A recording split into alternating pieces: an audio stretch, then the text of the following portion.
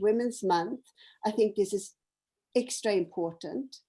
And we'll be talking about the contributions that women make to the tech space and the evolution and revolution that the fourth industrial revolution presents. Women often lead in this space through displaying leadership skills that talk to creativity, communication, collaboration, and critical thinking, skills all highly valued in the contemporary workspace and increasingly important for an innovative economy.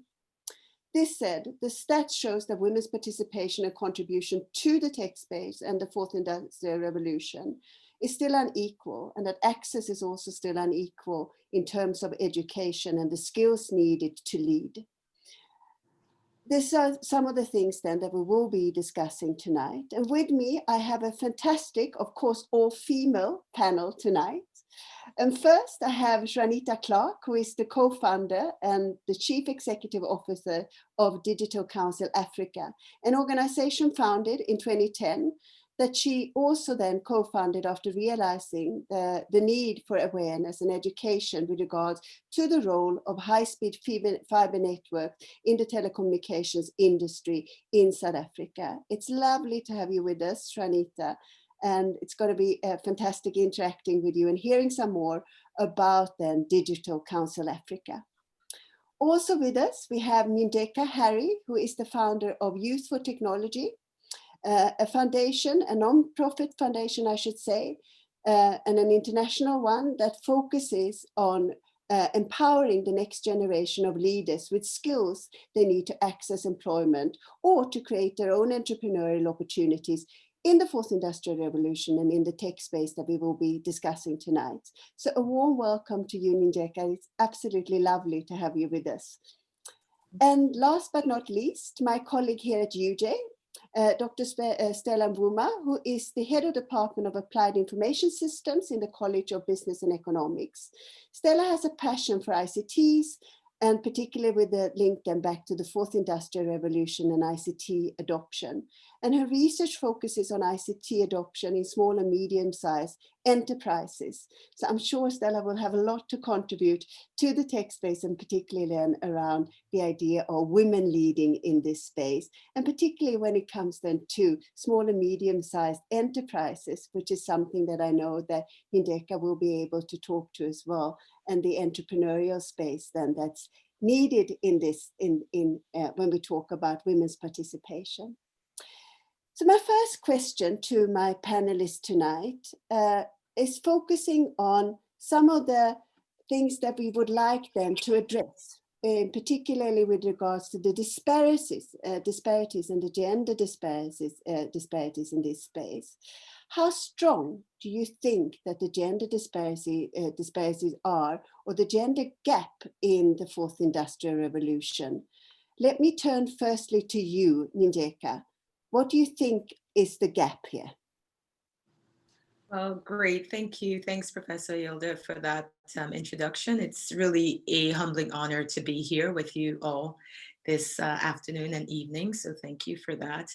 This is such an important and imperative topic, and it really cannot be overemphasized, right? This idea of the gender gap. In 2014, the World Economic Forum released the gender gap report. And the gender gap report indicated that there will not be gender parity until 2095. Mm-hmm. However, that report was recently updated, I believe in 2018, and it indicated that it will take 117 years from now to reach gender parity, right? And so as a mother of 3 daughters myself, I wouldn't see gender parity until my children's children's children, in essence. And so in my lifetime, that probably will not be possible. So this issue is very pertinent, it's very relevant. The bottom line is that women need to be a part of fundamental decisions made in and by technology companies regarding product development, regarding innovation, because women have a critical role to play. I mean, given that, women are responsible for about 80% worldwide of consumer spending. How can you develop products without including women into the value chain and without including their ideas into product development? So, you know, gender parity, gender equality is critical. We have the data. We understand what systemic changes are necessary to enable this gap to be bridged. And it requires all hands on deck to be able to fulfill that.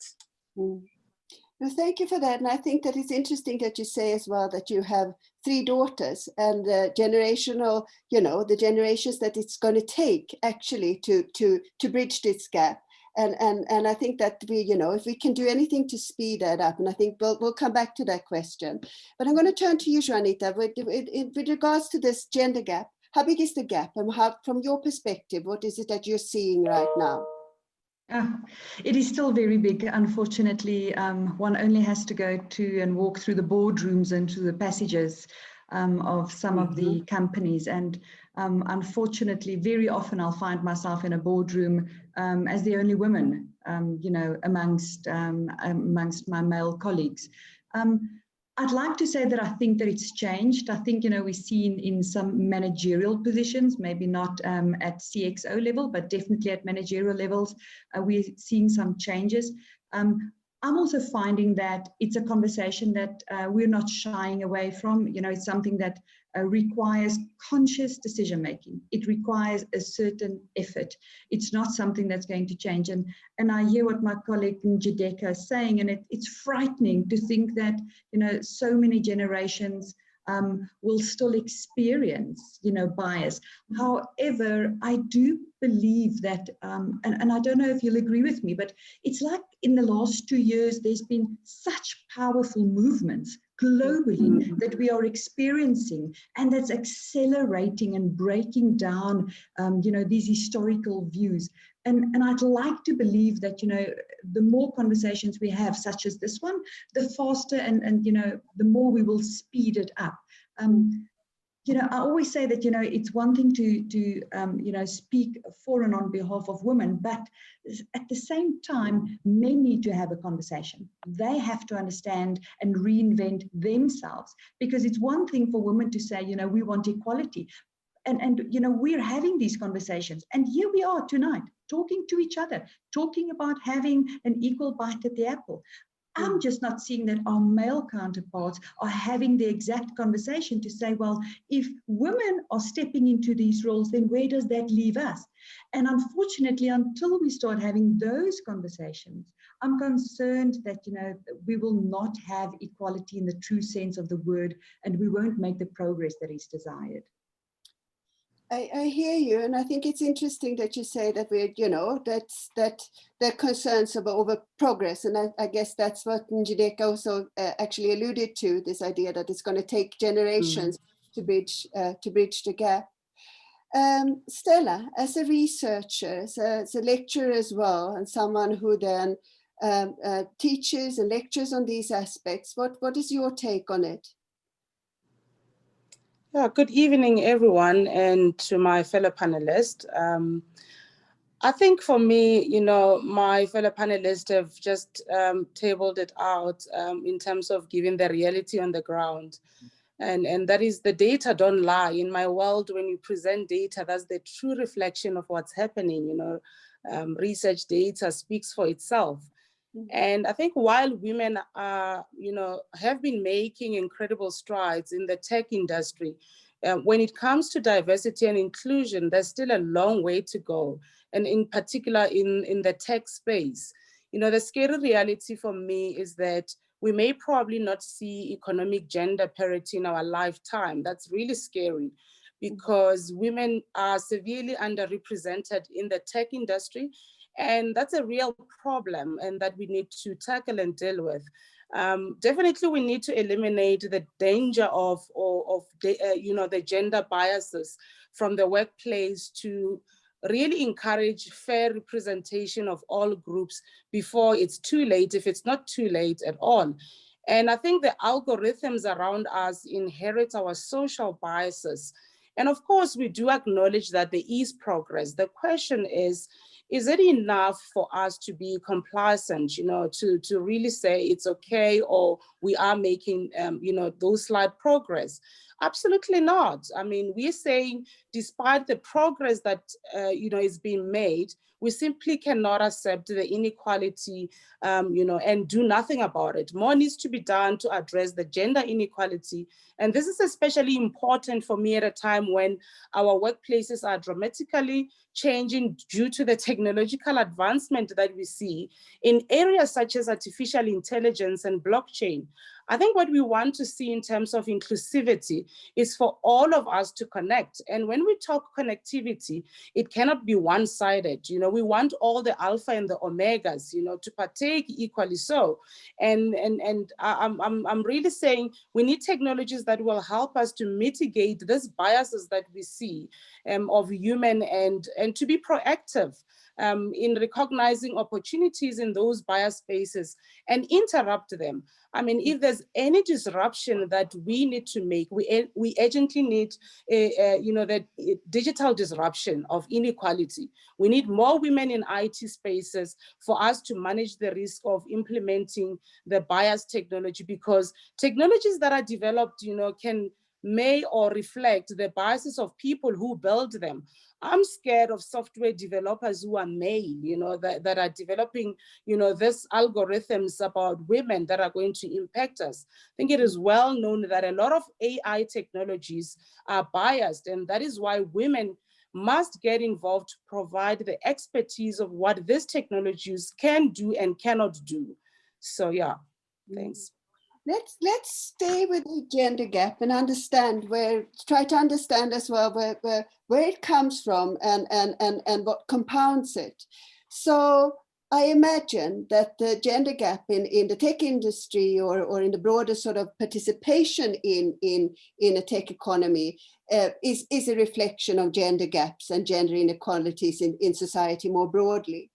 However, I also imagine that it is compounded by a lot of factors. We know that there's an information industry gap, for example, a gap between the tech haves and have-nots, for example, which is of course very compounded in our own context, in an African context, in a Southern African context, in a developing world context as well.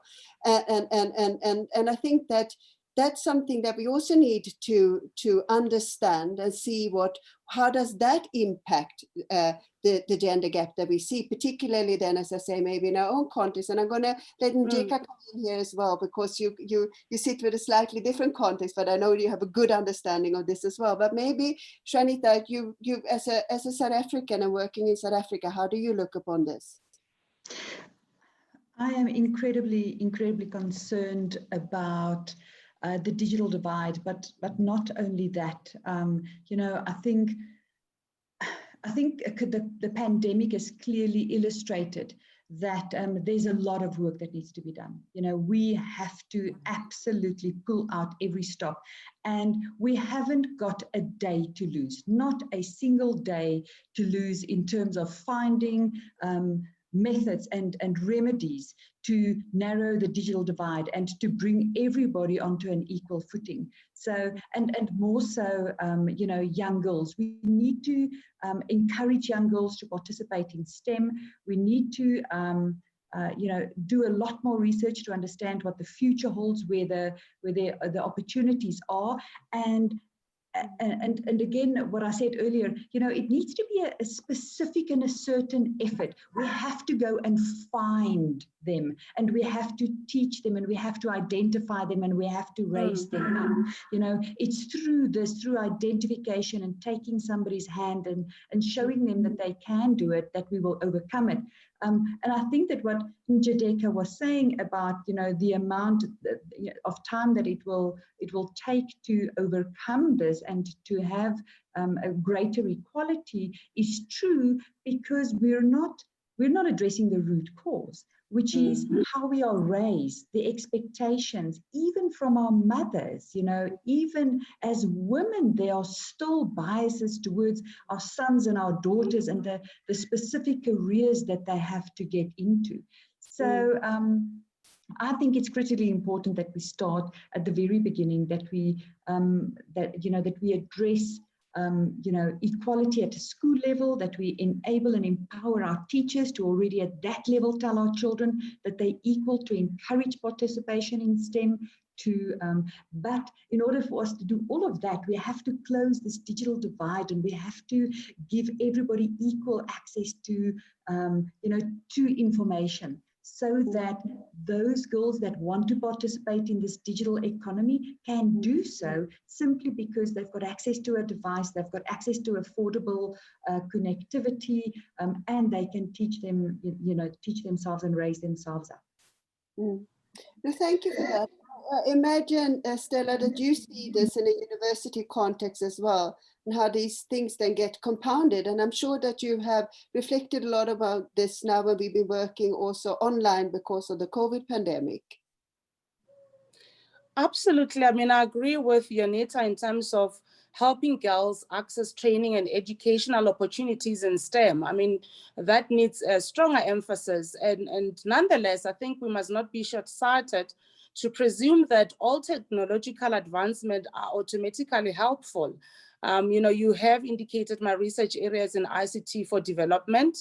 And I think it's looking at the development of really the African child. I'm concerned about when we talk technology to someone who's from the village where I grew up, or from the township where I come from, what technologies are we pitching to them, and how are we packaging this education to the young girl in that area, so that it doesn't look like, a kind of an alpha environment, for me, again, it's said that in this precious country of ours, South Africa, women represent only 13% of graduates in the STEM discipline.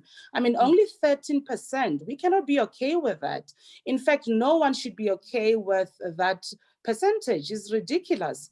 Again, I think the recent annual ICT skills survey that indicated a drop in female ICT practitioners from 27% in 2018, to 16% in 2019. And yet again, the technology organization led by women are thriving and showing higher return on investment than those that are led by the men. So I think we need to urgently change the perceptions around technology, and there's a need to do more support and inspire women to enter the tech industry. But let's talk the right language to the right people. Don't bring the European language into our townships and our village, because our young girls will not understand when we pitch in that language. It's an interesting thing that you talk about. Of course, we deal in the university space, we deal with young people, and Njideka, you have a foundation that tries to empower youth in particular. Do you see these gender disparities even within a youth foundation such as yours? Absolutely. It's interesting because really gender equality, right, and access to technology, in my view, is actually a basic human right. So it should be accessible, it should be affordable to every single person on the planet. And the notion of girls' access to technology is not just a fairness objective, it's actually an economic imperative, where we see direct bottom line impact to net income, to the percent of patents that are designed and are out there with products designed by women. It has a direct economic imperative. So it's no longer just soft and fuzzy. Over 20 years ago, my vision for Youth for Technology Foundation was born sitting at a cubicle at Microsoft, where I first started off my corporate career here in the US. Had grown up in Nigeria, lived the first 18 years of my life in Nigeria, West Africa, and then moved to the United States in pursuit of a college education. And the biggest gap that I saw was not necessarily social or economic, it was the use of technology in the classroom. And we're talking about the early 90s. And so when I found myself working in corporate America at the world's largest software company, I felt a compelling reason to do something, to change the lives of young people living in peri-urban and rural communities in the developing countries. However, as we all know, and as my colleagues, the other esteemed panelists have mentioned, pandemics exacerbate inequalities, right? None of us anticipated COVID-19, but what we have seen is that everyone is impacted in some way, shape, or form regarding this pandemic. At my backyard here in the US, where I'm physically located, speaking with you right now, we have children whose parents, after working 14-hour days, come home, take their children to a parking lot of Walmart or McDonald's to access free Wi-Fi so that their children can complete their classwork and their homework.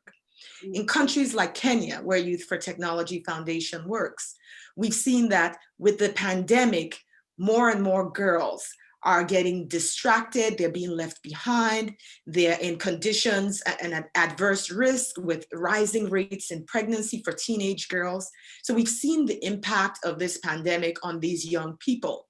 Of course, not to even talk about the cost of data and their access to the technologies, given that it's not just data, it's actually hardware, right? The access to desktops and mobile devices to access the information. So in some cases, where the US has transformed to some virtual learning environment, I have 3 daughters that are right outside of my office as we speak in virtual class. They have access to Wi-Fi here in the US. Not all students do. In many countries in Africa, education has stopped completely, right? At least formal education, right? The schools in Kenya are closed until January. The schools in Nigeria, another country that we have a presence in, are closed for the most part until at least November, December. And so we already had an obsolete educational system, right? And right now, given this pandemic, that has stopped completely. We're trying to see ways in which we can continue to encourage informal learning at home as best possible until schools reopen. But I really think that, going back to look at the notion of the gender gap, when we look at, in countries like Kenya and Nigeria, and even developed countries like Spain and the US, let's touch on Kenya and Nigeria for a minute. In Nigeria, about 13% of women are engineers or have pursued careers in science, technology, engineering, and math. In Kenya, only 6% of the labor force are women engineers in Kenya. In countries like Spain, we have 18% of the women have pursued STEM and technology-related careers. In the US, 47% of women are in the labor force. About 26% of those women are in tech-related fields, right? But when we look at those women, they earn as much as they own only 85% as much as their male counterparts, doing exactly the same type of job. And so we're looking at not just gender disparities, but we're also looking at the economic disparities that come as a result of those gender disparities, right? At a time when most people have a trajectory in their careers, women in their early 30s have to make a very difficult decision: kids versus careers. And that is where a lot of them fall out of this pipeline, especially with technology companies, because they select family over careers. Also, it's the issue in the workplace, specifically with women in technology, confidence versus competence, right? Males in technology, men in technology have as much as 30% more confidence than women in technology. They ask and get paid 4 times as much. They get more time off. They have more flexible schedules. But where women have succeeded in growing up, whether it's in elementary school and high school, where they get straight A's, it's different in the workplace. Women focus and they work, and they expect someone to come behind them and tap them on their shoulder and give them the corner office.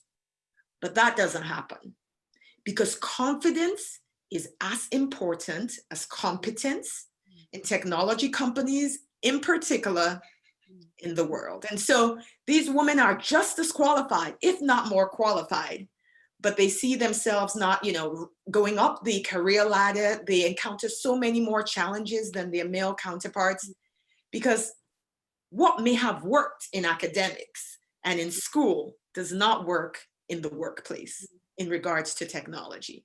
And so this notion of confidence is very, very important. It's almost as important as competence. Mm.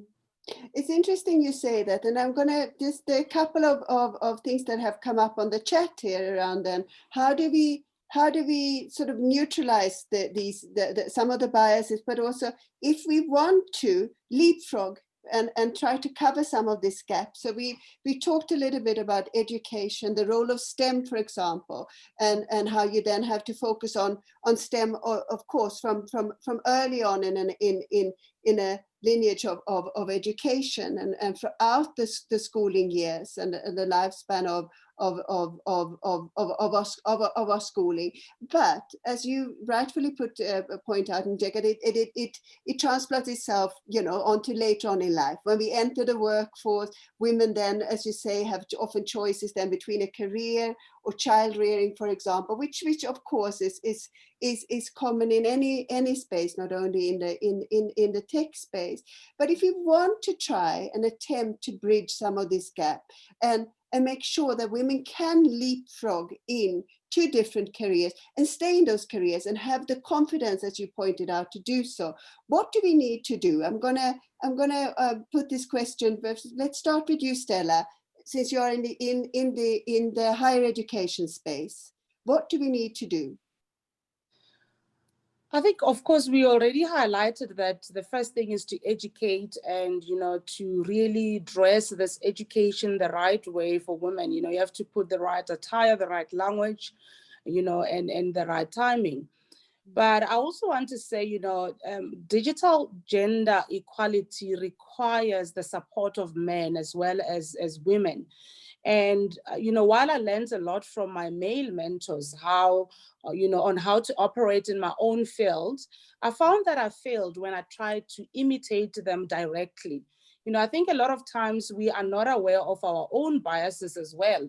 So first is to really recognize that we all have biases and understanding what groups of people we might subconsciously discriminate against. I think it's a must before we can start altering, other behaviors or even our own behaviors. But the most important thing, organizations, and I'm talking in particular decision makers, those male that are sitting in those boards, Yanita, that you spoke about, I think they have blood in their hands in terms of their responsibility on bridging the danger of gender disparities, that we're currently experiencing. I think every decision maker, needs to get professional analysis on unconscious bias training issues, such as having an all-male panel and seeing that as okay. Or unless we create a safe space for discussing issues related to digital gender equality and call out non-inclusive behavior. I recently read on social media that Vodacom has a gender neutral employee benefits and encourages men to take parental leave. And I think senior leaders must set a positive example. Problems have been uncovered, in the recruitment of some technology companies where algorithms used in the HR processes exhibit a bias towards selecting the CV of men.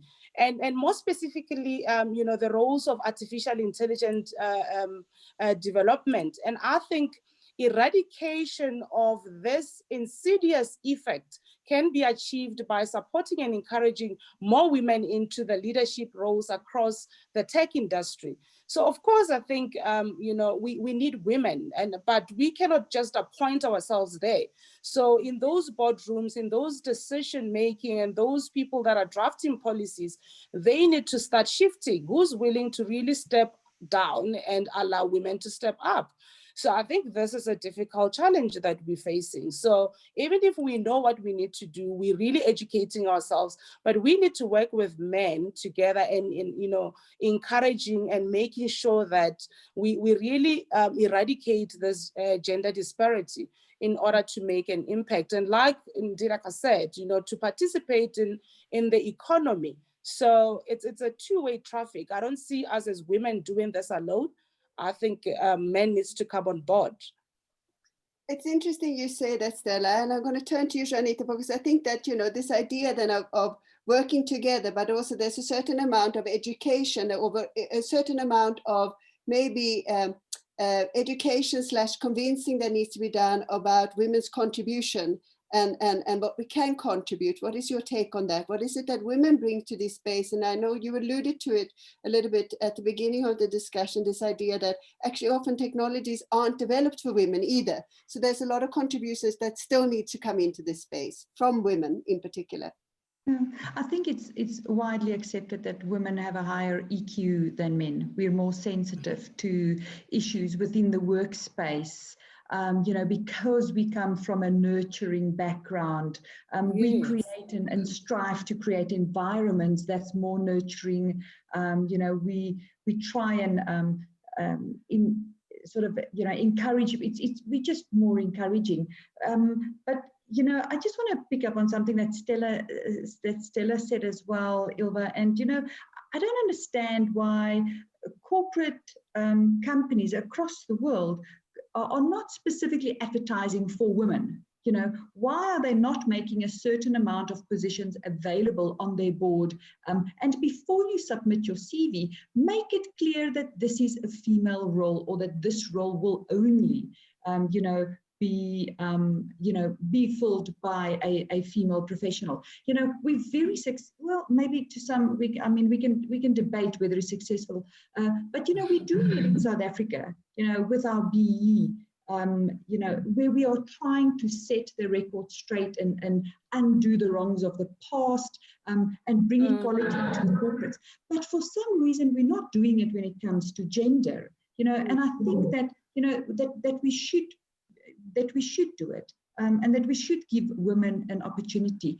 And then just quickly, something else that Njadeka said that I found interesting. I've got a colleague she's a chief HR officer in a corporate environment, and we were talking about confidence the other day, and she said, and I said to her, why are we not, I mean, you're in HR, surely you see the CVs come across your desk.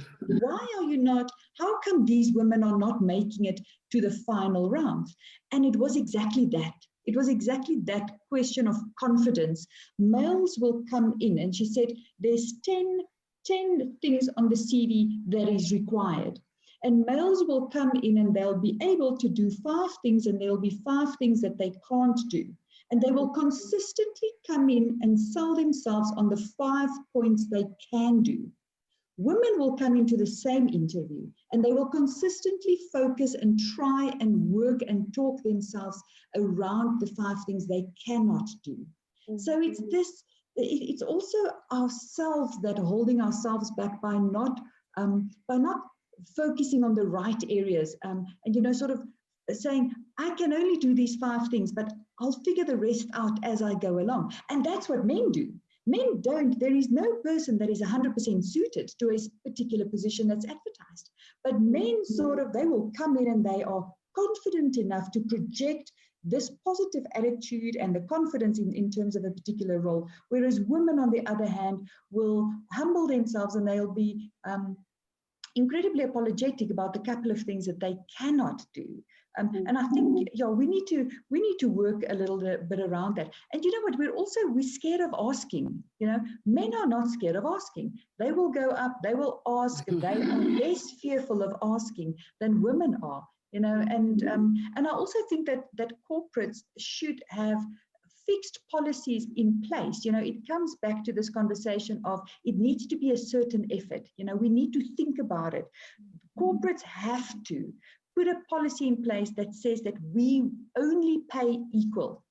You know, everybody will receive equal pay for an equal, day's work. And it's not something, actually, if we think about it, it's not even something that we should have to ask for. That should be a mentality. And this is what comes out of the leadership's offices. CEOs in this industry need to filter it down. They need to bring their executive team around the table, and they need to lay down the rules. They need to say, you know, we are striving for a certain percentage of female employees. We are striving for equal pay. Bring your people up to equality. You know, we're striving for it from a, you know, from every other point of view. Let's do it from a gender point of view as well. But it requires real and certain effort, and it's a, you know, it's a conscious decision made by the leadership within a corporate company, well, in any company. Yeah, it's interesting because, of course, when we talked a little bit, you mentioned HR and recruitment, for example. And of course, we know that in the modern economy, a lot of recruitment is done directly via technology or social media, for example.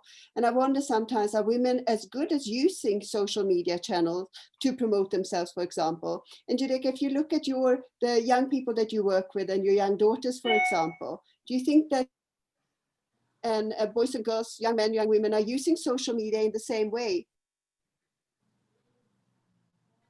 Sure. I mean, you know, social media has really, I guess, revolutionized how we communicate, right? And so the different channels that the younger millennial generation communicate on these days, I mean, no one calls anyone anymore, right? It's not even text messaging. I mean, they're Snapchatting, right? They don't exchange phone numbers anymore, which is very interesting. I haven't quite caught up with Snapchat just yet, but one of my daughters do use Snapchat.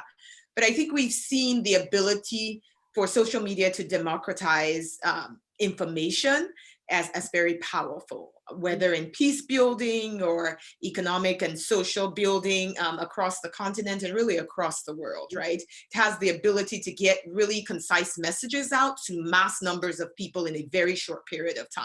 So that is really the democratization of information, which is extremely, extremely powerful. So I definitely see the strength there. You know, you asked the question, Eva, which Juanita answered in her introduction, which was around, you know, what skills do women have that, you know, may be more interesting. And, you know, we often say that women, you know, and I think this is somewhat of a bias built on, you know, years and years of social thought that really needs to be transformed, a mindset and a cultural shift where, you know, the pursuit of science, technology, engineering, and math should not be seen as a questioning of one's femininity, right? Boys aren't for STEM and then girls are for jewelry making or what have you, right? Research has actually demonstrated that when girls and boys are told that they can do as well on a math or a science assignment, they actually do as well in equal formats. Girls sometimes even do better. Globally, we have more postgraduate degrees. We have more law degrees. We have more MBAs. And we're catching up with science and technology. But the bottom line is that really this whole notion around competence and confidence is one that, you know, follows us, like we mentioned, from very, very young through the workplace and really doesn't leave us there. And so what can other women in the workplace do? I think, you know, we should be having a discussion around, you know, there's a lot of talk around mentorship and why people should mentor other people. But what is actually more powerful, in my opinion, is actually a concept called sponsorship, right?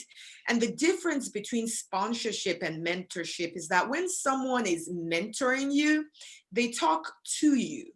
When someone is sponsoring you, they talk about you in ways that elevate your professional career, even when you don't know about it, right? And so they're in C-suite meetings and they're talking about you for your benefit and for your advancement. And so women should really look at, especially women, you know, high up in their corporate career, when they think about how do we pay it forward, they should really look to, you know, getting someone else on the elevator with them and sponsoring them to, you know, those higher levels, to really encourage that women just don't go into technology careers, but actually stay there and thrive there. Yeah, no, thanks for that. I mean, I think that it's interesting because this idea of leading by example, role models and sponsorships, as you say, mentorship, I think that that's also something that maybe we think about it later in our careers, for example, or when we look at then you know, you say that women who are already in senior positions should take a lot. Is there something we need to do earlier on in this space as well? Is it creating role models already from when girls are younger? Well, even for boys actually in this space, so that we all can level the playing field if you wish. What can we? What would you say we could do? Shanita, if I turn to you first. Sure. I think, you know, we're trying to overcome thousands and thousands of years of bias, and it's difficult. But I think the problem that we're facing is that it's in our homes, it's at school, it's, you know, female teachers, male teachers, our own parents. You know, it's everywhere you turn. It's you know, it's this very, very same problem that we're facing. It's important that we take hands. You know, and that we have this very broad conversation. I think if we had to look at the audience that's joined us tonight, I think that, you know, we will see again that it'll be mostly females, you know, the ones with a vested interest, and our male counterparts who are part of the problem and they're part of the solution are still not here, because it's again this conversation, you know. I think Stella said it earlier, for one woman to rise up, one man needs to step aside. And where are they stepping into, and what are they supposed to be doing? So I think it's really important that we come together as women, that we form groups that can support each other and that can carry each other. It's also, you know, it's very important, as Njideka was saying, that we find you know, sponsors, and maybe for younger people, maybe it is a mentor. But, you know, it's also incredibly important for us to have soundboards. You know, every one of us has to have this one woman. You know, we're not on the golf course, you know, Friday afternoons. We don't go to the pub. We haven't got that sort of support structure. So you know, so I think it's important that we reach out and that we find somebody that you can talk to, that's non-judgmental, that is willing to be honest with you, to give you honest advice, to take your hand, and you know, to be that friend critic, but also, you know, that when it's tough, you know, to just be there for you. You know, I think it's easy to look at women that are in senior positions and to think that they've made it, but you know, every day is hard. It doesn't matter at what level you are in life. You know, you still have challenges. Nothing goes away when somebody puts a C, X, whatever in front of your name. You know, we're all mothers. You know, we all have to overcome challenges, and, you know, getting our kids all raised up through pandemics, and you know, fixing all of these things. So it's important to have a support structure in place that can carry you. Senior, yeah, I hear you. Senior leadership in our universities, Stella, how does that look when it comes to women and the tech space? You're a lecturer in this field. Are you the only one? Well, I think sadly I would say something. I really don't like saying it. I'm really not a big fan of the line, I'm the first Black female to lead a department of applied information systems. It comes across as, you know, gross for me, because we shouldn't be having those type of lines in 2020. But I think the university is really doing well. I mean, I will tell you a little bit of my story that, you know, the very same department that I'm heading, I was a student in, and, you know, I started with what we call, you know, offering my service voluntarily as a tutor. And I mean, I think I'm a product that tells you that the university believes in what they are cooking in the kitchen. You know, they baked the cake and now they have to eat it. Yeah. So I think that talks about what Dileka said in terms of sponsorship. I mean, I was given this role when I didn't have the accolades to really lead in this space in terms of qualifications. You know, I didn't have a PhD, but somebody had to step down and say, let's give this person an opportunity. And I'm really grateful for, you know, Professor Danielle van Lille, you know, our dean. And I'm grateful for the male, you know, support. And this is male in a different gender as well, who supported me and really made sure that the sponsorship is real. You know, it's not sponsorship in terms of spoon feeding, but in terms of showing you and supporting you, hence I said it's a two-way traffic. And God knows that if I didn't have that kind of backup, there was no way that I was going to survive. Not that I don't work hard. I can tell you I work my everything off. You know, I put my mind into it because, you know, there's still that music that plays behind the mind that says, you're doing it for another Black child, you're doing it for another woman, you know, you're doing it for another generation to come, to say, you know, you are sort of like a role model, if I may say, to say it's doable, you know. Of course, I think, you know, I've learned that sitting in a hot seat has a positive impact, such as participating in policies to plan for the future, for including all women, you know, to ensure that we can return to a path of sustainable economic growth and regain the lost ground in gender equality while fighting poverty, inequalities, and so forth. But this, of course, are daunting tasks. I mean, but, you know, gender responsive fiscal policies can help us. But who talks about that? Who represent women? What are the voices that are speaking, you know, on behalf of us as women? So I think the appropriate set of policies will depend, among other things, on, you know, institutions or organizations' level of development and commitment to really give that sponsorship. So I think it's important that we encourage and support the efforts that focus on the production of new technologies, you know, bringing women on board, you know, support women into adapting into these new roles. You know, I remember you know, the first time I sat into a Senate meeting, even though I've been in the university for a long time, I was like, is this what it's all about? You know, I felt like a newbie. I had no idea. But, you know, I had the support of my colleagues who said, this is how we do it, this is what it means, and how you prepare into this. So sponsorship, of course, it's really about stepping down. You know, there are professors who were in the department who could have said, you know, we can challenge this position. And they could have won by all rights. But, you know, they were willing to say, no, we're behind you, go for it. We believe in you. We think you can do it. So I think that's what I'm really, you know, advocating for, to say, Stella, what are you doing to bring other women in? You know, of course, like I said, it's a daunting exercise. But, you know, as women, we are more vulnerable, but we have to do it. And somebody. Yeah. No, thank you. Sorry, I think we lost Stella there temporarily. I mean, women are also consumers and users of technology. And I think that that's also a space that we need to shape. We need to have the technologies that we feel are the ones that are important for us, and to be able also to use technologies in ways that actually also influences and can bridge the gender gap in and of itself. And to feel that there are safe spaces where we can discuss what we need out of our technologies without feeling that we are highlighting certain issues or putting ourselves in danger, for example. I don't know if you have any thoughts on that, Njideka. Right, absolutely. I did have a comment to Dr. Stella. I will wait till she comes back on. But in terms of, you know, women's use of technology, absolutely, we need to be in those innovation spaces. And not from a corporate social responsibility angle. We need to be in product development and those innovation spaces.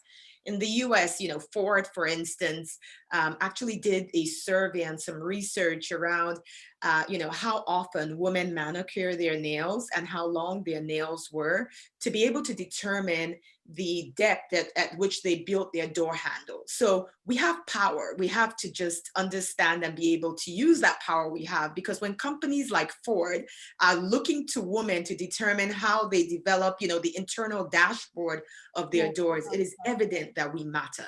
We control 80% of consumer spending.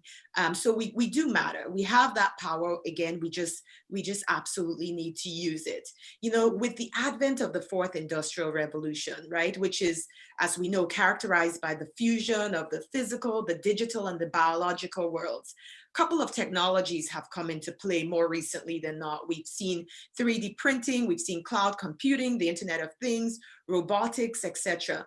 3D printing is an area that I personally am extremely passionate about, because it really takes this creativity that a lot of women have in terms of our creativity, our caring nature, and we're able to put that to use in terms of creating physical objects that change our communities and that change the world for good. When you look at the 3D printing industry, it's an industry that about 3-4 years ago was valued about 13 billion, but is growing exponentially and is valued about 64 billion by 2025. The ability for people, irrespective of where you live, to really transform the manufacturing sector, to be able to create products on the spot, develop those products, and actually put those products in the online marketplace for sale anywhere in the world is extremely powerful, right? So we're not just talking about creativity, we're also talking about the influence of science and technology, because when you're actually using computer-aided design to create these models, you have, plays of physics and math in your mind, although you might not know you're necessarily learning physics and math, you actually are. And then to be able to connect that with economics and make those items available, to the world for sale is extremely powerful. We've also seen the play in robotics, where, some women, in my world at Youth for Technology Foundation have had an interest in developing, robotic arms that can be used in large distilleries and or bakeries, right? So how can we take our caring and empathetic personality, like Juanita mentioned, and use those towards product development that leverage those fourth industrial technologies. We also have a new play around empathetic technologies, right? Over many, many years, women have been known to possess those soft skills, right? As opposed to, manufacturing and construction were usually paired with, empathy, listening skills, the ability to communicate over different countries, so cross-cultural skills and teamwork. Well, those types of technologies in the advent of the fourth industrial revolution are actually going to be more profitable, right? Because irrespective of how much technology you create, we still need highly skilled people, women, to be able to operate these technologies. And those highly skilled women have those soft skills, which in the fourth industrial revolution are more emphasized because they absolutely have to be, and they're more profitable. So this is where I really see the role of women and our need and importance to upskill girls who will soon be women growing up in developing and or developing worlds, so that they're best positioned for the fourth industrial revolution. And Dr. Stella, you got off for a few minutes, but I meant to mention after your note there, you used the word given. And you weren't actually given the position, you actually earned the position because you have power. And the problem, not problem, but one of our issues as women is we don't understand how much power we have. We're very, very competent. We just need that same level of confidence that our male counterparts have. So, you certainly earn the position. And if we look at, years of leaders in that position that you're in, I'm sure you're outperforming them by leaps and bounds. So congratulations. It's we haven't been able to take that many comments from the audience, but there's been a lot of discussions about this idea of bringing the women to the table, but also the role of men and what men needs to do, and also to, and I think that there's a lot of listening that needs to happen here. But Pumsa is actually saying, it was a man who invited me to the seminar tonight and alerted me to this debate. So, yeah, of course, that those aspects are important as well. Looking ahead, we're running out of time, unfortunately, but if we have talked a little bit about the role of education, the importance of education, the importance of mentorship, sponsorships, and the idea of leading, women taking charge and being more confident in the context in which they are already operating and so on. This is a very fast-moving space. So I know that the foundation, Juanita, that you co-founded started in 2010. And Judeka, your youth foundation started in 2001. Lots of things have happened. We're now 10 years later in the context of you, Juanita, much later for you. So, but things must have moved forward quite a lot in this time, or at least I hope so. If you would have a looking glass and look five years ahead, or a few years ahead, 10 years ahead, 5 years ahead, what do you see? Stella, you went offline, so let's start with you. Where will we be? Will we have bridged the gender gap in the tech space in 5 years' time? Absolutely no ways. I mean, like in my opening, I said the reality is that even in my lifetime, I don't think we will really, achieve addressing the gender inequalities. I think if you look at the education or either maybe the institutions themselves, almost everything developed for the 20th century workforce is being dismantled and deconstructed, or either reconstructed rather. But, women also are not going to be an exception in this disruption. They are going to be disrupted. And we need to reevaluate, our roles and how can we participate and grow in the future. And like I said, I think we are really making progress, but hell no, it's not good enough. There is a dire need for lifelong learning to enable women to access learning opportunities in different ways and for different purposes at various career stages. Some women need to upskill, others need to reskill, but we need to build, education models that reflect this change and culture that promises it. So I'm glad that at UJ, the institution that's led by a thought leader in artificial intelligence, we are already modifying our programs to answer to the demands or the skills demands of the fourth industrial revolution. I think we need to gear up on skills development to serve those demands of the industry. And it is also crucial that the tech industry has the support of government and the policymakers at a national and global level, because otherwise we're not going to address these issues. I think those efforts are made to collaborate and in supporting and encouraging more women into the tech and the artificial roles, artificial intelligence roles and careers, from encouraging, girls in STEMs, and creating more open and welcoming environment for women entering the tech space, so we can all contribute to closing the danger of this gender gap in the space. So it is a dangerous space, like I call it, and it needs both men and women to really come on board and hold hands together and say, how do we then address this? And I like what Jonita said, to say, why is HR not doing something about it? You can't say I've advertised, there's no women coming in. So what are these men saying who are sitting in this position for 20 years, 30 years until they retire without, allowing a woman to come in? Otherwise, we're not going to close this gap, unfortunately, or sadly. Thank you. And yeah, it's a shame. Time is running away from us here very fast. But Juanita, what do you see if you look ahead a few years?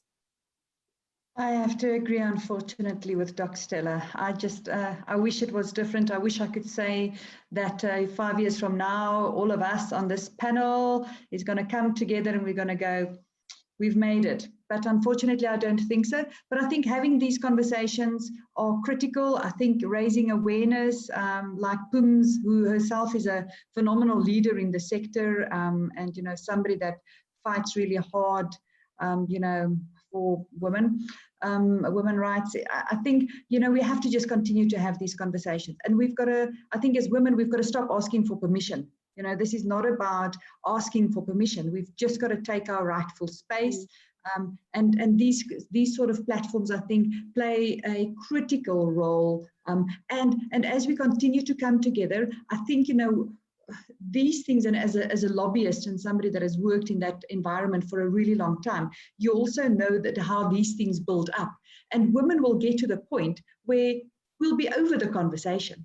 We will have had the conversation. And it's at that point where we draw the line in the sand, that we say, now it's time. Now we want actual laws. We want policies in place that is actually going to fast track how we do that. But this is sort of where we start. These are the, we have to have these conversations. We can't skip these conversations because this is part of the process that also educates us and makes us helps us to redefine ourselves. But yeah, this has been a phenomenal platform, and this is so critical in a critical step in the process. Yeah. No, thanks for that. Oh, just to wrap up very, very quickly, unfortunately and sadly, and Judeka, I have 3 boys, you have 3 girls. Will we see in a few years' time, will we see my boys reporting to your girls rather than the other way around?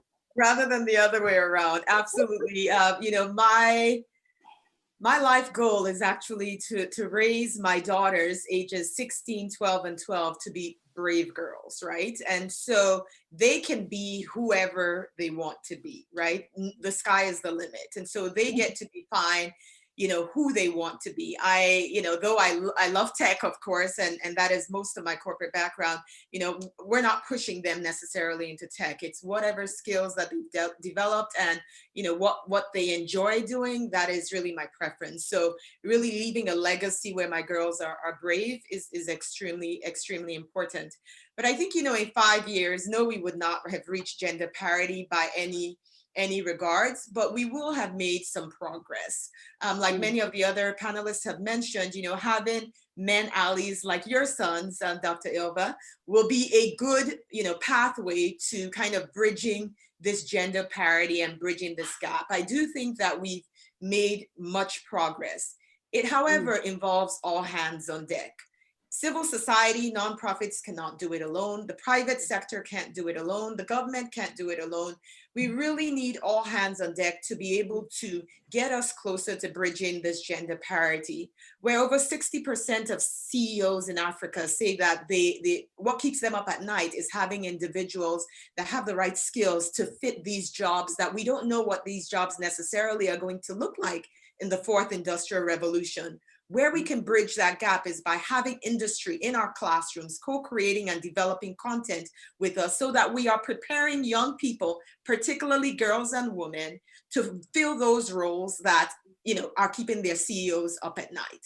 And so really, really looking at that, I think, as long as we are focused on the bottom line and the economic imperative, which most of industry is very focused on, we will bridge that gender parity, right? Ernst & Young last year, they did a survey with over 200 companies that demonstrated that where women are in C-suite positions, it raises net revenue by about 6%, right, globally. And so, it's really, really an economic imperative where we've seen female founded led companies get VC funding by 50% less than their male counterparts.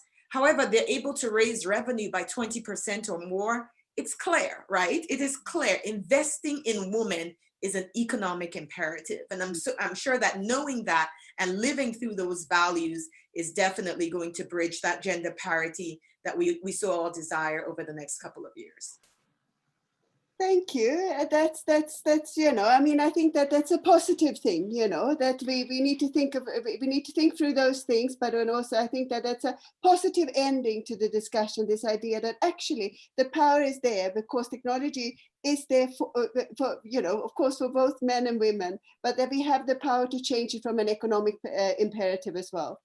So thank you. Time passes very, very quickly, and I've been absolutely grateful. It's been such a pleasure to have you here with us tonight, and to have an all-female panel as well to talk about these issues, of course, is also hugely gratifying. So thank you to you all, and thank you to the audience as well. I realized that we haven't been able to channel a lot of the comments that's been on the chat box, but I think that we've covered a lot of ground and a lot of the things that have been said in the chat box as well. We'll come back to this topic for sure. And we will have other discussions to follow as well. Thank you very, very much. Have a lovely evening, everyone. And I hope to see you soon. And we will do our first Cloudebate hopefully early on in the new year, in 2020. And hopefully then we can all be together in the studio again, even though we have our audience online. So have a lovely evening, everyone. God bless, and see you soon. Thank you.